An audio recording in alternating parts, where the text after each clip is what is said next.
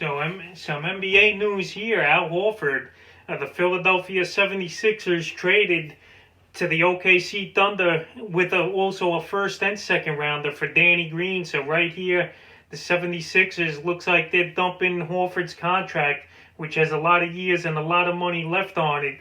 And right here, this is just a dump. I think Philly, they gave up the picks also that the Thunder could absorb that contract. And right now, I'm thinking there's a big trade in the works for the 76ers to get another star in there with Ben Simmons and Joel Embiid. But anyway, I'm going to talk about the fantasy impact this trade has. First of all, Al Horford we'll start with. Horford now, he's going to the Thunder. I don't know if he's going to stay there, to be honest, is Al Horford with the OKC Thunder. They got Steven Adams there. They could always play him at the powered forward position, but I just don't buy it. They're a rebuilding club, is the Thunder, and they did this deal to get more assets in the trade with another first rounder here. But Horford, he was a decent fantasy player for your teams last year, but we'll see what he does this year. We'll see if he ends up in OKC for the rest of the season, or they're going to flip him again. But Al Horford, he's going about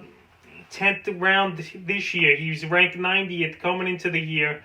Last year, mediocre stats, 12 points, 7 rebounds, 4 assists, 8 steals, and 9.9 blocks a game. So Horford, he's not going to do what he did in his early years when he was on the Hawks, or even a few years ago with the Celtics. But Al Horford, he's traded to the Thunder.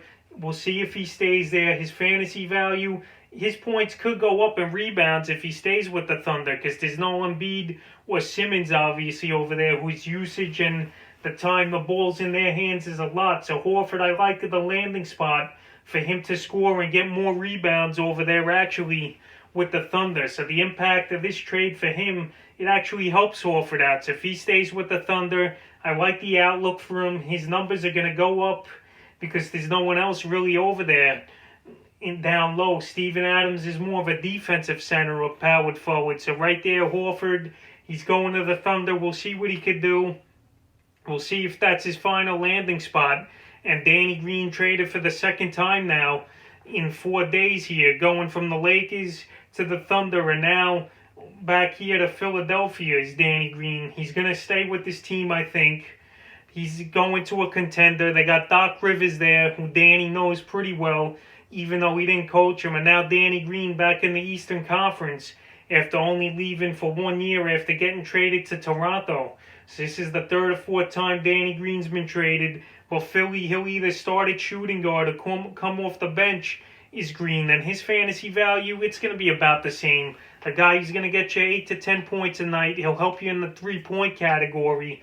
But that's about it for Danny Green. So Green going to Philly here. He'll have a role. I think they're going to keep him. And Horford going to the Thunder. I think his value goes up if he stays with OKC. They're rebuilding. I don't know if anyone else is going to take the Horford contract anyway. So what a deal it was. Al Horford, a first and second rounder to OKC for Danny Green going back to Philly. And that's what I think what's going to happen in fantasy basketball for these two guys.